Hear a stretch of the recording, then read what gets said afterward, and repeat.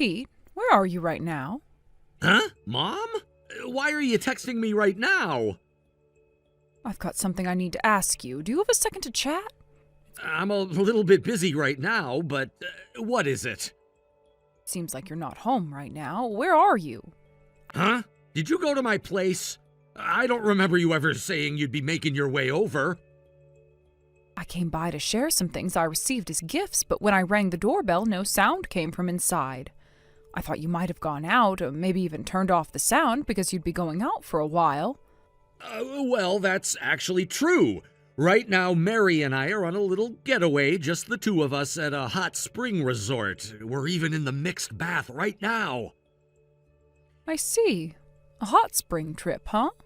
Yeah, we decided last minute that we'd take a trip together this weekend. Mary had been wanting to go to this particular hot spring inn, so I booked it. The mixed bathing was the selling point for me. Well, as long as you two are getting along, that's what matters. Yeah, but I should probably get going soon. We still need to get to the inn's souvenir shop before it closes. Is that okay?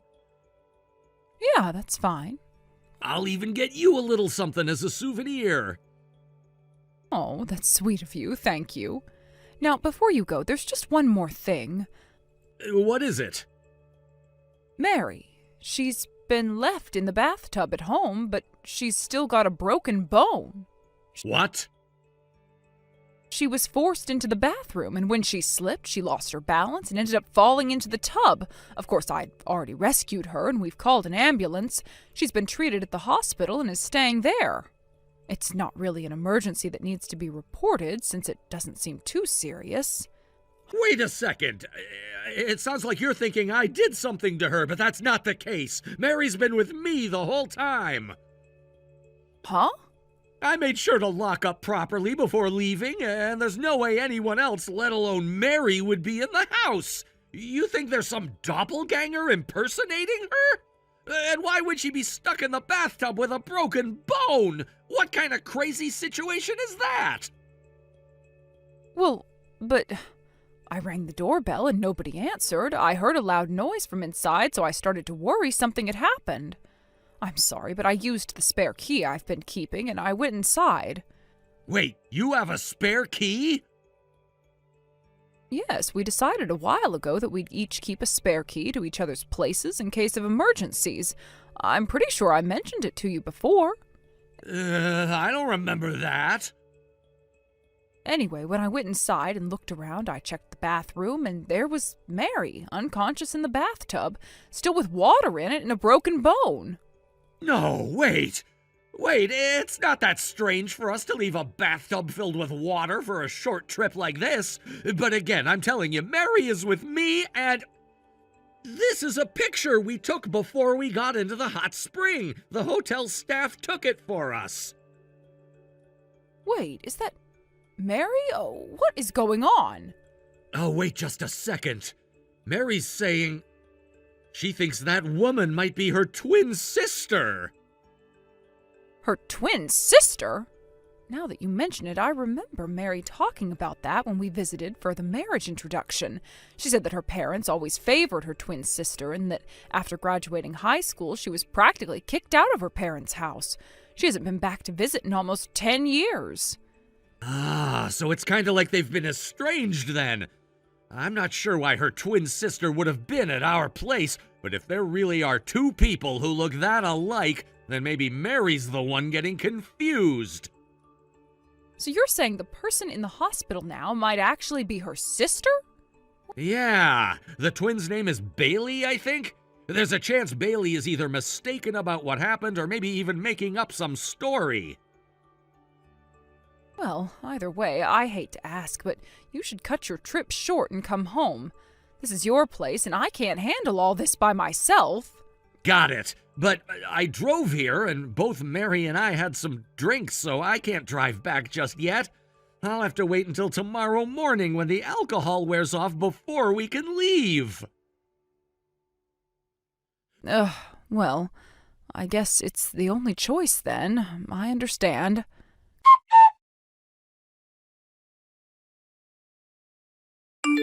Good morning, Mary. Can you use your smartphone? Yes, Laura. My aunt, who just arrived here, is going to help me input things for you, if that's okay. Oh, the one who cares about you the most out of all your relatives, right? Yes, that's her. Well, if that's the case, I don't mind at all. In fact, this is because of my foolish son, so it's good for someone who's helping you to know the situation. Then, if you don't mind, I'll take advantage of your kindness and proceed. First, thank you for preparing a temporary smartphone for me. As I mentioned yesterday, my own smartphone was taken away by Bailey. It's been a huge help. It's nothing. It's a prepaid phone, so it might be a bit inconvenient, but it's better than not having one at all. Yes, thank you very much. Now, please allow me to report the situation so far. Go ahead. First of all, as you suspected, my foolish son seems to have gone on a trip to the hot spring with Bailey. When I explained the situation here, he tried to cover it up by saying Mary was with me and it was Bailey who ended up in the hospital. I see, so that's what happened.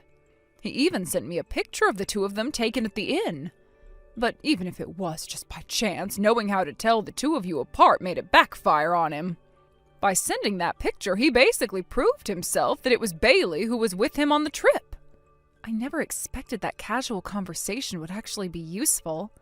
It really was just by chance, but the way I taught you to tell the two of us apart, I never mentioned it to Kiyoshi. I never thought that the two of them would actually have a chance to cross paths, so that's what happened, huh? Anyway, I've been getting a flood of messages from Kiyoshi just now. I need to deal with those for a moment. Thank you for your help.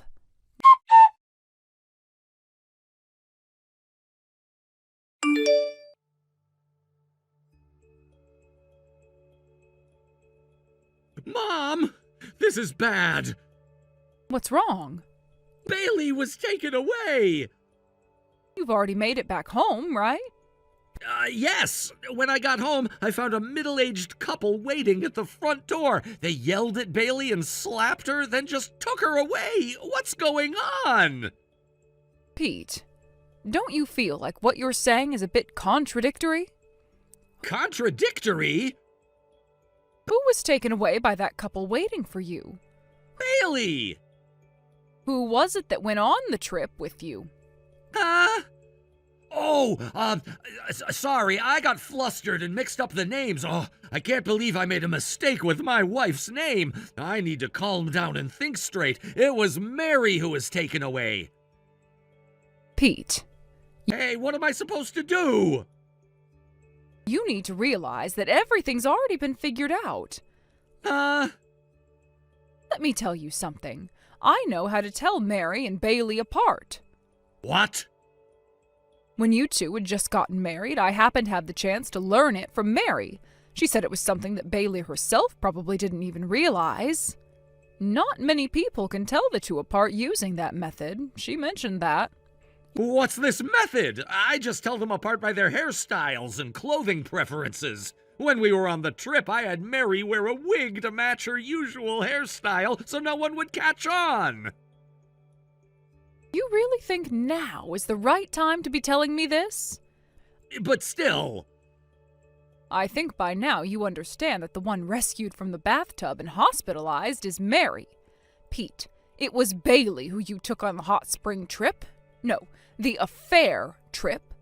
Your relationship has been exposed, and the couple who took Bailey away were Mary and Bailey's parents. What? Those people are their parents? Why? Why are their parents suddenly involved? Recently, a company had been persistently offering us a deal, and when Mary realized that it was her father's company, she told me about it. Wait, seriously? At first, I didn't think it would be a reason to turn down the deal, but then the incident in the bathtub happened, and your affair with Bailey came to light. This is really bad, huh? So I suggested to Mary's father, even though this situation is personal, it's clear that it's a disadvantage for both of our companies. How about we settle it by having you two, who committed the infidelity, pay Mary a lump sum for the damages, and we agree to cut off all future business dealings between our companies. And what happened after that? The proper response will likely come soon. For now, the reply I received was, "We'll pick up Bailey right away." So they arranged to ambush you when you returned home. I see. I thought sending the photo of the two of us together during the trip would make it hard to tell us apart since we're twins. But instead it ended up being the concrete proof that confirmed the affair. Pete, you're disowned. Huh? Decide for yourself whether you stay at the company or not. What? I have no choice but to stay. I'm supposed to be the next president after all. Huh? Did I ever say that? But my mom is the president. So? My grandfather was the first president, my dad was the second, and my mom's the third. When Dad passed away, I was still a student, so I was supposed to take over when I was old enough, right? What are you talking about? We're arranging for the current executive director to take over as president next year. What? He's not even related to our family. I'm just choosing someone who's fit to be the leader of the company. It's strange to cling to a hereditary system when thinking about the future of the company. And also, Mary is moving forward with the divorce, so you should prepare for that. Are you serious?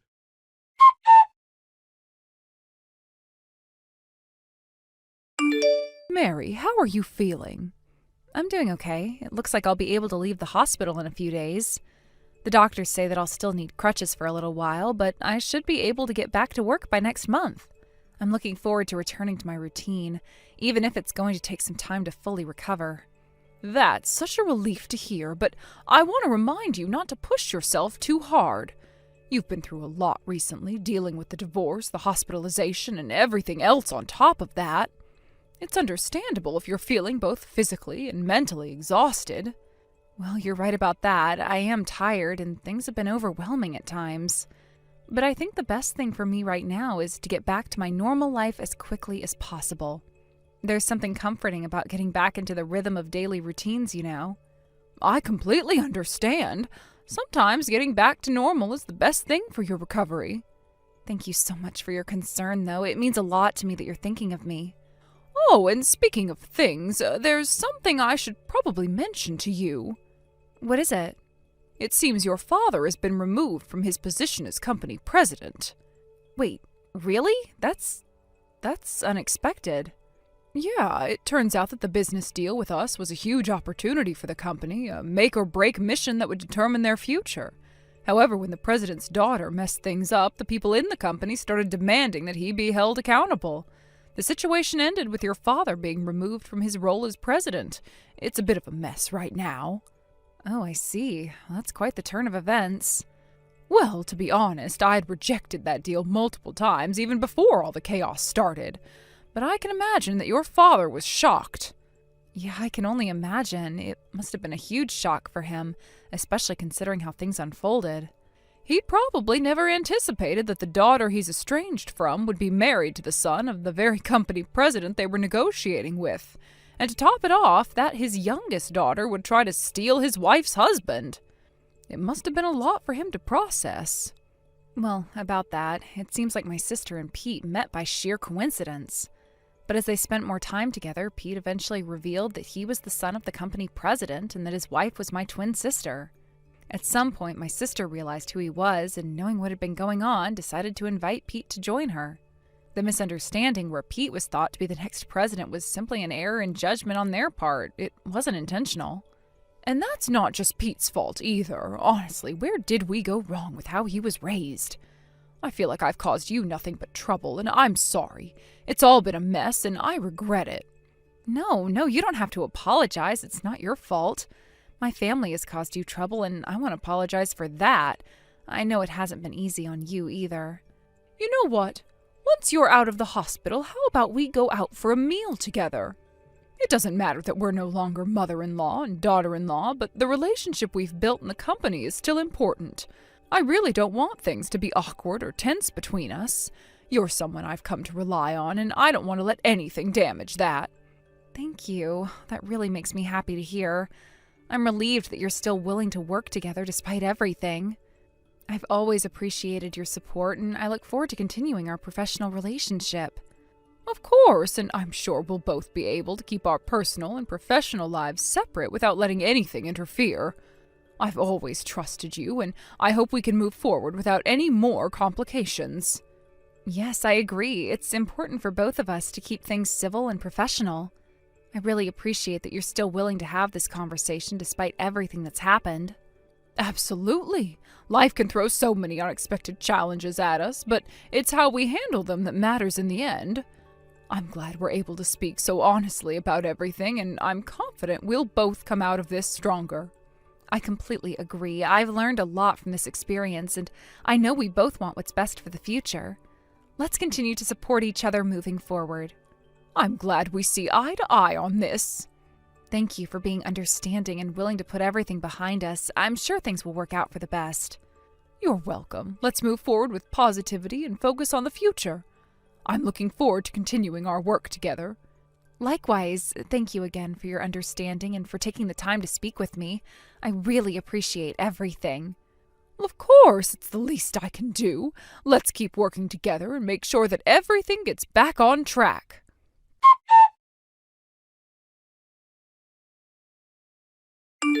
Bailey's situation was difficult. After her parents' divorce, the entire family was torn apart, and she found herself having to fend for herself.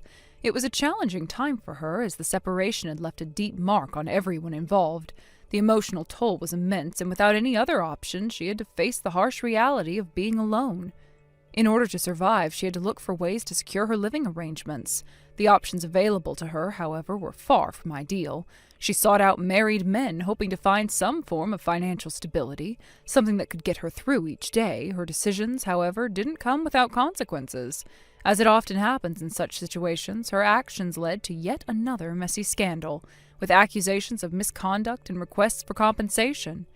It seemed as though each time she tried to secure a way of life, it only led to more problems and legal entanglements. Now she found herself in a position where she had to rely on a job that required her to put her body to use in order to make ends meet. It wasn't a situation she had envisioned for herself, but it was the reality she faced. Each day she had to make tough choices to ensure she could pay her bills and maintain a roof over her head.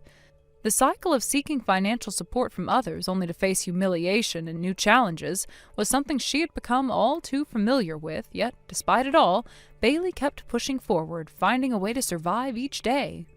Then there was my son, Pete. Unlike Bailey, Pete didn't have debts, but he wasn't in a much better position. While he was debt-free, he also lacked the savings necessary to provide for himself with any security. His life, therefore, was a constant struggle, living paycheck to paycheck. He found himself struggling to make ends meet every single day. It wasn't just about making ends meet. It was about living with the constant stress of not knowing if tomorrow would bring more hardship. He had no financial cushion to fall back on, no savings account to dip into when things got tight. In many ways, Pete's life was a reflection of the uncertainty that had plagued him. He had hoped for a better future, but without the necessary resources or stability, his dreams often felt just out of reach. One of the biggest challenges Pete faced was his lack of special skill or ability that would set him apart from the competition. He didn't have a unique talent or qualification that could guarantee him a good job, something that could elevate him above the rest. Instead, Pete found himself in a job market that was increasingly competitive, with fewer opportunities available for people without specific skills or experience. Despite his best efforts, he wasn't able to land a decent job. He aimed high, hoping to find something that would allow him to live a more comfortable life.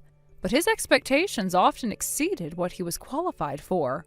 His high hopes and ambition weren't enough to overcome the lack of practical experience or a clear career path. Each failed job application and each missed opportunity added to the frustration, making him feel more lost and disconnected from the success he had once envisioned. Now Pete's life had come down to day labor. It wasn't glamorous, and it certainly wasn't the dream he had for himself, but it was the reality he had to face. Every day he worked hard, barely making enough to survive. The hours were long, the work was physically demanding, and the pay was minimal. Yet it was the one thing that kept him afloat. With each passing day, he pushed himself to keep going, to find a way to keep surviving. The stress of living paycheck to paycheck was unrelenting. It seemed as though no matter how hard he worked, there was always something that drained him. Whether it was the rising cost of living, the uncertainty of his future, or the constant pressure to do more with less. The struggles of both Bailey and Pete were a reminder of how quickly life could spiral out of control. What seemed like a simple issue, whether it was a bad decision, a missed opportunity, or an inability to plan for the future, could quickly lead to a chain of events that altered the course of someone's life. For Bailey, it was a series of poor choices that left her in a precarious situation, relying on relationships with married men and eventually ending up in a job she never imagined. For Pete, it was the failure to develop marketable skills and the inability to find stable employment that left him living paycheck to paycheck, always struggling to stay afloat. The weight of their struggles was overwhelming, and it seemed as though there was no easy way out. While I dealt with my own difficulties, I watched my children struggle, each in their own way, and it left me feeling conflicted. On one hand, I understood the pressures they faced and sympathized with their struggles. On the other hand, I couldn't help but feel frustration, knowing that they were not doing enough to change their situations. The choices they made led them down difficult paths, and now they were facing the consequences. It was hard to watch, especially knowing that there was only so much I could do to help. Eventually, after a period of constant turmoil, things began to settle down. The family drama and the financial struggles seemed to have calmed, and there was a brief sense of peace. It was at this point that I made the decision to step down from my role as president of the company. I had been in charge for so long, and the responsibility had taken a toll on me. It was time for me to let go, to allow someone else to take over the reins and steer the company in a new direction. I chose to pass on the position to the executive director, someone I trusted to guide the company into the future. With the leadership transition complete, my focus shifted. I decided to focus on expanding our operations internationally, particularly in China, where we had an opportunity to establish a new base. This was a critical time for the company, and I knew that it was important for us to establish a strong presence in the Chinese market. To help me with this, I brought on Mary, who had made a remarkable recovery from her previous issues, as my assistant. Mary was a loyal and capable individual, and I knew that she would be invaluable in helping me navigate this new venture. Together we headed to China, where we would face the challenges of establishing a new business presence in a foreign market. The road ahead was not easy, and there would be many obstacles to overcome, but it was an exciting time, a new beginning, a fresh start, and a chance to make a lasting impact. As I reflected on the journey that had brought me to this point, I couldn't help but feel a sense of anticipation for what was to come. I had faced my own struggles and had watched my children face theirs. But now it was time to focus on the future, on new opportunities, and on building something that would make a difference. In many ways, this new chapter felt like a chance for redemption. It was a chance to rebuild, to create something meaningful, and to find success in a new environment. With Mary by my side and a renewed sense of purpose, I was ready to take on the challenges ahead. I knew it wouldn't be easy, but I was determined to make it work. After everything that had happened, I was ready to embrace the new opportunities that lay before me, knowing that this was my chance to make a fresh start.